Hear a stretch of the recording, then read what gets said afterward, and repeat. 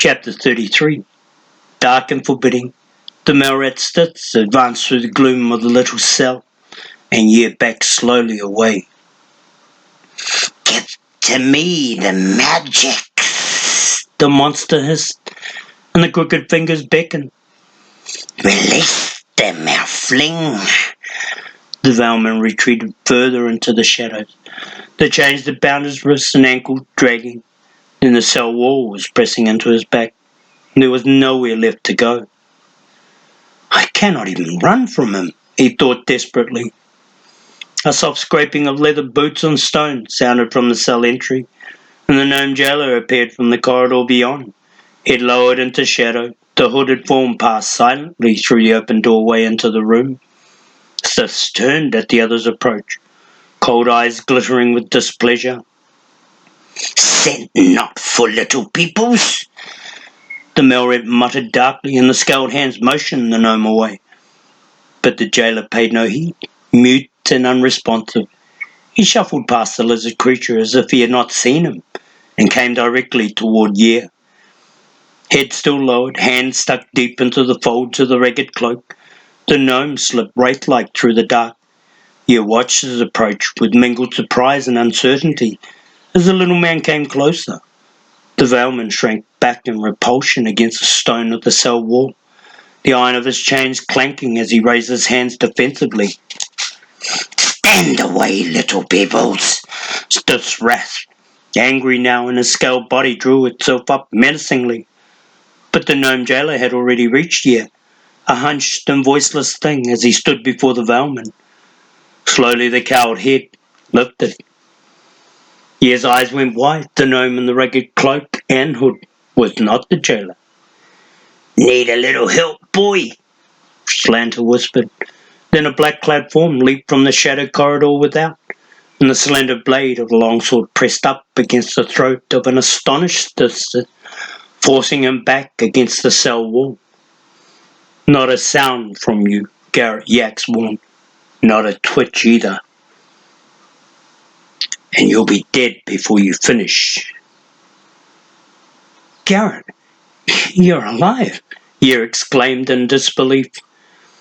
"Alive and well," the other replied, but the hard grey eyes never moved from the Mwellret. "Hurry and set the Veilman free, gnome." Just be patient a moment." Slanter had produced a ring of iron keys from beneath the cloak, and was trying each key in turn in the shackles that bound the Veilman. "Confounded things don't fit the lock. Aha, this one." The locks on the wrists and ankle binding clicked sharply, and the chains fell away. "Slanter!" Year gripped the gnome's arm as Slanter stripped away the jailer's ragged cloak and tossed it aside. "How on earth did you even manage to find me?" No real trick to that, boy," the gnome snorted, rubbing at the other's bruised wrists to restore the circulation. "I told you I was the best tracker you'd ever met. Weather didn't help much, of course. Washed out half the signs, turned the whole of the forestland to muck. But we picked up the lizard's tracks right outside the tunnels, and knew he'd bring you here, whatever his intentions. Cells in Dun Fee Aran are always for sale to anyone with the right price, and no questions asked. People in them for the sale the same way. Lock you away until your bones, unless..." "Talk about it later, gnome." Gary Yax cut him short. "You," he jabbed sharply at the Mwellret. "You walk ahead. Keep everyone away from us. No one is to stop us. No one is to question us. If they do..." "Leave me here, little peoples," the creature hissed. "Yes, leave him," Slanter agreed, his face wrinkling in distaste. "You can't trust the lizards." But Gary Yax shook his head. "He goes. Eureka thinks we can use him." Year started.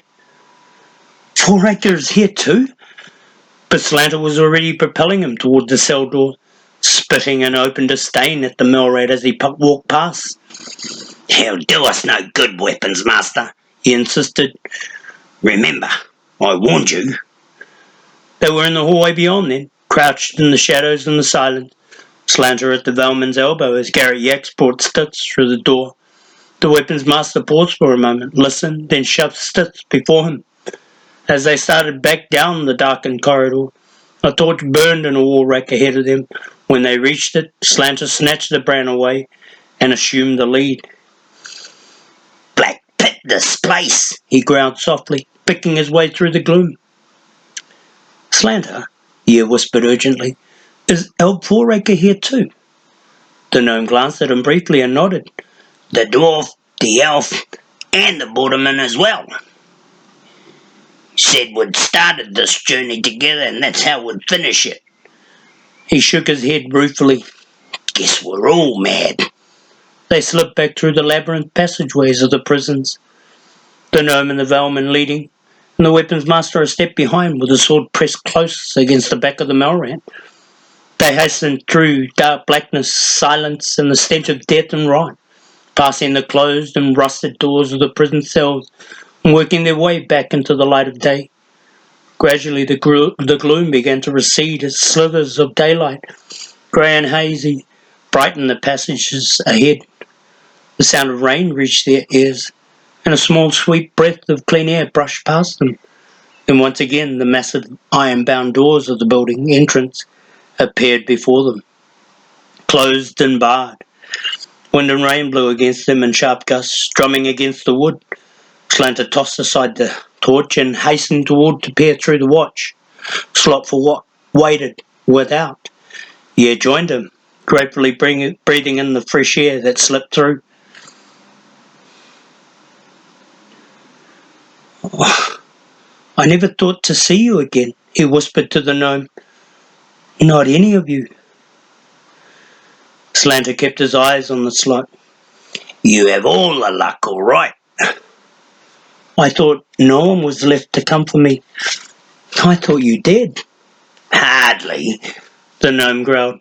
After I lost you in the tunnels and couldn't figure out what had become of you, I went on through the cliffs north above Kapow. Tunnel ended there. I knew if the others were alive, they'd come through just as I had, because that was what the weapons master plans had called for. So I waited. Sure enough, they found each other, and then found me, and then we came after you. You stared at the gnome. Slanter, you could have left me. Left them too. No one would have known. You were free.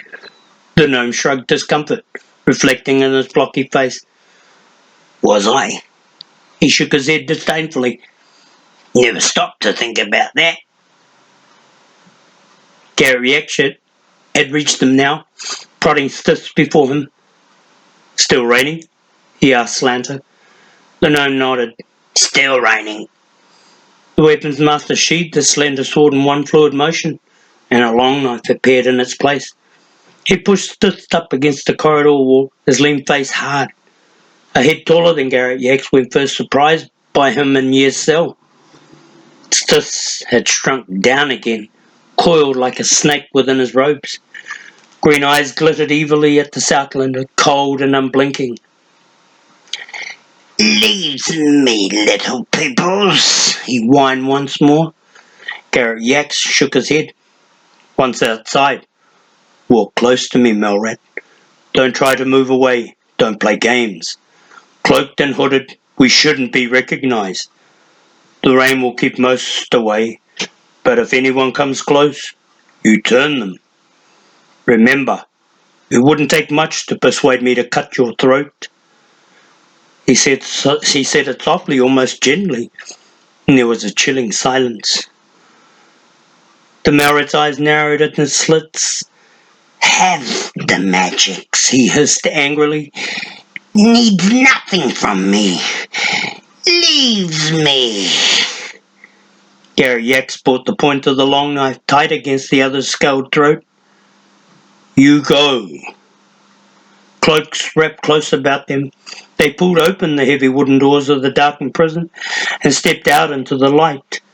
Rain fell in blinding sheets from grey, clouded skies, blown against the fortress walls by the wind, head bent against its force, the four started across the muddy yard toward the battlements that lay immediately north.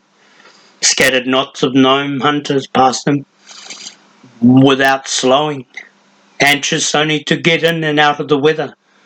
On the watchtower, sentries huddled in the shelter of stonework, nooks and bays, miserable with the cold and damp. No one cared anything about the little party they crossed below. No one even gave them a second glance. Slanter took the lead as the north battlements drew near, guiding them past small lakes of surface water and mud holes to where a pair of iron-grated doors closed away a small court. They pushed through the doors and crossed quickly to a covered entry that led into a squat stone and timber watchtower. Wordlessly, the gnome unlatched the shadowed wooden door and led the way inside. An entryway lay within, brightened by the light of torches jammed into holders on either side of the door. Brushing the water from their cloaks, they paused momentarily, while Slanter moved to the edge of a darkened corridor leading left beneath the battlement. After peering into the gloom, the gnome beckoned for them to follow. Garryak snatched one of the torches from its brackets, handed it to Yer and motioned him after Slanter. A narrow hall opened before them, lined with doors that stretched into darkness ahead. Storerooms, Slanter informed Yer, winking. They stepped into the hall. Slanter slipped cautiously ahead. At the third door, he stopped and knocked softly. It's us, He whispered into the latch. The latch released with a snap. The door swung wide, and old Foraker, Help, and Edan Lissadell appeared. Smiles creasing their battered faces, they surrounded Yer and gripped his hand warmingly. Are you all right, Yer? The elven prince asked at once. His own face bruised and cut so badly the Velman was immediately afraid for him. The elf saw his concern and dismissed it with a shrug. Just a few scratches. I found an escape passage, but it opened onto a thorn bush. Nothing that won't quickly heal. But you? Are you truly all right? I'm fine, Edain. Yer hugged him impulsively. Helt and Foraker were battered about the face and hands as well. The result, Yer supposed, of having the greater part of that battlement wall fall on them. I can't believe that you're all here. The Velman swallowed hard against the knot forming in his throat. Couldn't very well leave you behind now. Could we? Yeah. The giant brought him and gripped his arm warmly with one great hand. Yours is the magic that we need to heal the Silver River. Yer grinned happily and Foraker stepped close, eyes fixing on the Mwellret. I see that you are able to bring him. Garryak nodded without comment. While the others had been greeting Yer and knew, he had stayed with Stis, the long knife pointed at the Mwellret's throat. Little peoples be sorry they takes me. The creature hissed venomously. Finds a way to make them sorry. Slanter spit distastefully into the earth. Foraker pointed at the Mwellret. You alone are responsible for what happens to you now, Stis. Had you not taken the Velman, you would have been left alone. Since you did take him, you'll have to answer for it. You're going to see us safely out of this place, then safely through the forest north and into the Ravenshorn. Steer us wrong just once, and I'll let Slanter do to you what he'd like to have done in the first place. He glanced at the gnome. And remember, Stis, he knows the way as well, so think carefully before you attempt any deception. Let's be gone from here, Slanter growled anxiously. With the gnome leading, the little band passed down the narrow hall through a series of still smaller corridors and arrived at the foot of a winding stone stairway. Slanter put a finger to his lips in warning. In single file they began to climb. From somewhere above, faint and distant, yet the guttural sound of gnome voices reached their ears. A small wooden door stood closed at the top of the stairs.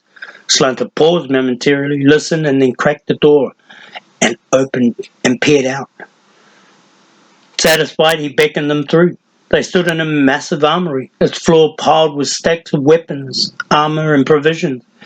Grey light filtered down through high barred windows. The chamber was empty, and Slanter led the way hurriedly toward a door set into the far wall.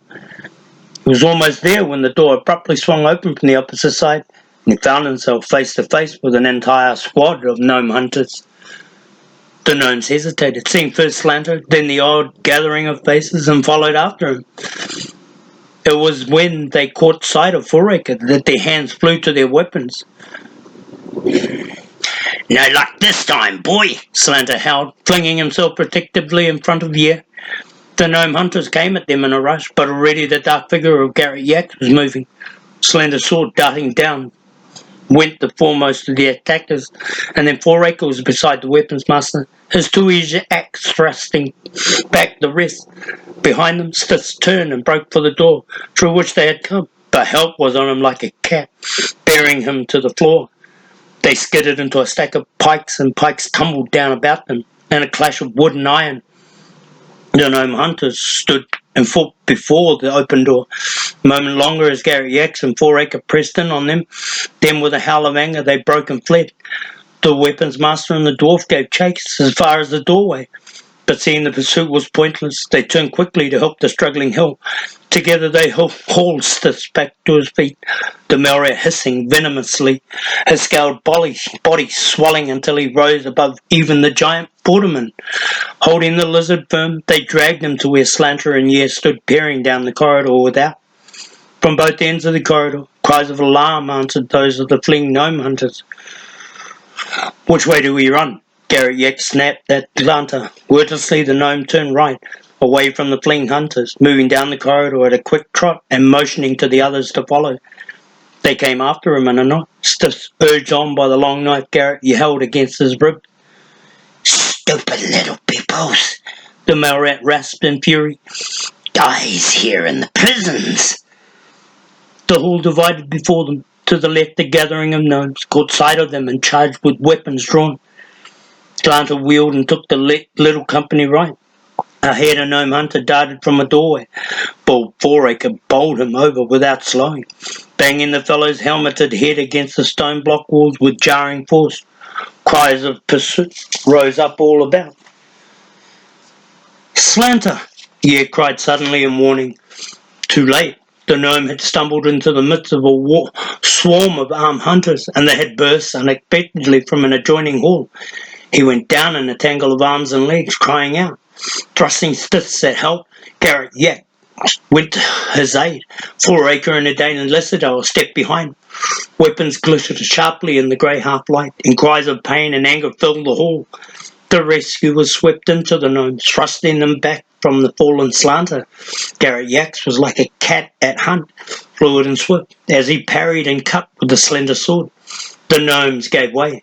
Aided by Edana Lessadale, Slanter struggled to his feet once more. "Slanter, get us out of here!" El Foraker roared, the great two-edged axe before him. "Ahead!" Slanter coughed and staggered forward. Surging through the gnomes that still barred their way, the little company raced down the corridor, dragging their reluctant Stiths with them. Gnome hunters sprang at them from everywhere, but they threw them back, the attackers with a ferocious determination. Slanter went down again, tripped by the haft of a short spear thrust before him. Instantly, Foraker was there, broad axe hammering at the attacker, and one hand dragging Slanter back up. The cries from behind them became a solid roar as hundreds of gnomes flooded the hallway about the armoury door and gave chase. Then they were in the clear for a moment, bounding down a flight of stairs, cutting back beneath the flooring to a passageway below. A broad rotunda opened before them, as windows and doors neatly spaced about, closed and shuttered against the weather. Without slowing, Slanter wrenched open the door closest and led the company back out into the rain. They were in another court, walled and gated. The rain blew wildly in their faces and thunder rolled across the high bends.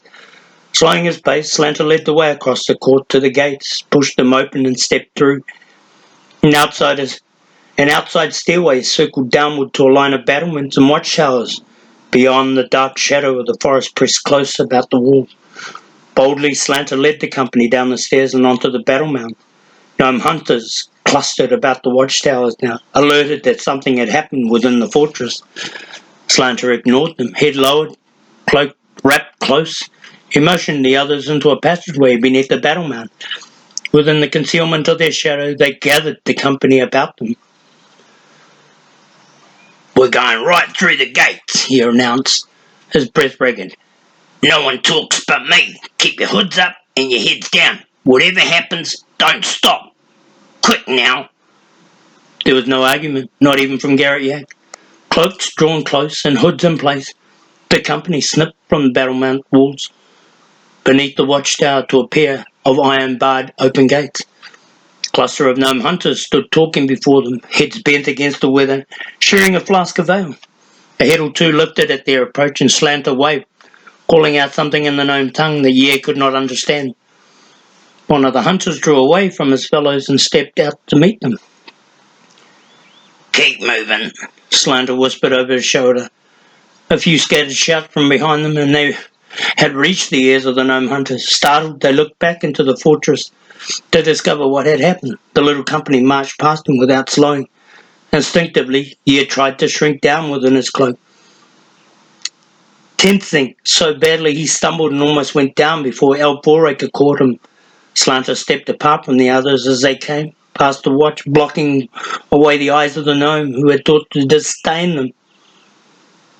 He spoke angrily with the fellow, and Ye caught the word Mwellret in the conversation. They were clear of the hunters now, all save Slanter. Passing beneath the battlements and through the open gates, no one stopped them as they hurried from Dun Fee Aran into the darkness of the trees. Ye slowed and looked back anxiously. Slanter still stood within the arch, arguing with the watch. "Keep your head down," Boraker urged, pushing him ahead. He went into the rain-soaked forest, following reluctantly after the others, and the walls and towers of the fortress disappeared behind them. They pressed on a few minutes longer, weaving their way through the shrub and tree, El Boraker in the lead. Then they stopped, gathering beneath the monstrous oak, its leaves fallen and matted into the earth, about it in a carpet of muddied yellow. Garrett Yak's back stiffed against the gnarled trunk and held him there. They waited in silence. The minutes slipped by. Slanter did not appear. Crouched down at the edge of the little clearing that encircled the old oak, he peered helplessly into the rain. The others spoke in hushed tones behind him. The rain fell steadily, spattering in noisy cadence on the earth and forest trees. Still Slanter did not appear. His mouth tightened with determination. If he did not come in the next 5 minutes, the Valman was going back for him. He would not leave the gnome, not after what Slanter had done for him. 5 minutes passed and still Slanter did not appear. He arose and looked questioningly at the others, a cluster of cloaked and hooded figures in the dark and the rain. "I'm going back," he told them. Then a rustling noise brought him about and Slanter emerged from the trees. "Took a bit more talking than I thought it would," the gnome announced. "They'll be after us quick enough." Then he saw the look of relief on Ye's face and stopped. "Thinking of going somewhere, boy?" He guessed rightly. "Well, no, I guess not now," Ye muttered. A look of amusement spread over the gnome's rough face. "No? Still planning on finding your sister, aren't you?" Ye nodded. "Good. Then you are going somewhere after all. You're going north with the rest of us. Get moving." Motioning to the others, he turned into the trees. "We'll ford the river 6 miles upstream to throw off any pursuit that lasts that long. River's deep there, but I guess we can't get much wetter than we are." Ye permitted himself a brief smile, then followed after the others. The peaks of the high bends rose before them, misted and grey through the trees. Beyond, still, far to the north and hidden from view, the mountains of the Ravenhall waited.